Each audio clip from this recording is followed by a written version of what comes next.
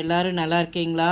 இன்னைக்கான பதிவு, வாழ்க்கையில் நீங்கள் பயனுள்ள எதையாவது சாதிக்க விரும்பினால், உற்சாகம் கொள்கின்ற எதையாவது தேர்வு செய்யுங்கள். கண்டிப்பாங்க.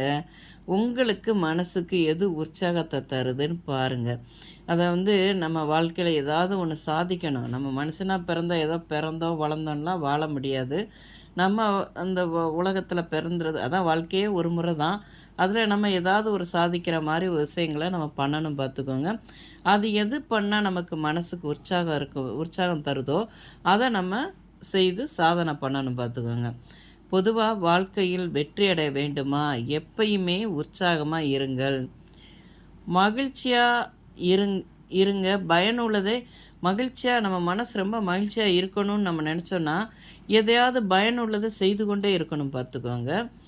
பொதுவா உற்சாகமா, மகிழ்ச்சியா இருக்கும் மனிதர்கள் வெற்றியாளர்களாக இருப்பார்கள். ஆனா, பணத்தால் அல்ல, மன திருப்தியால் வெற்றியாளர்களாக இருப்பார்கள் பார்த்துக்கோங்க. நம்ம ஒரு இலக்கை அடையணும்னு முடிவு பண்ணிட்டோம்னா, அதை உணர்ந்து அதற்கான முயற்சியில் முழுமையாக நம்ம செயல்பட்டோம்னா, அந்த இலக்கை நம்மளால் அடைய முடியும் பார்த்துக்கோங்க.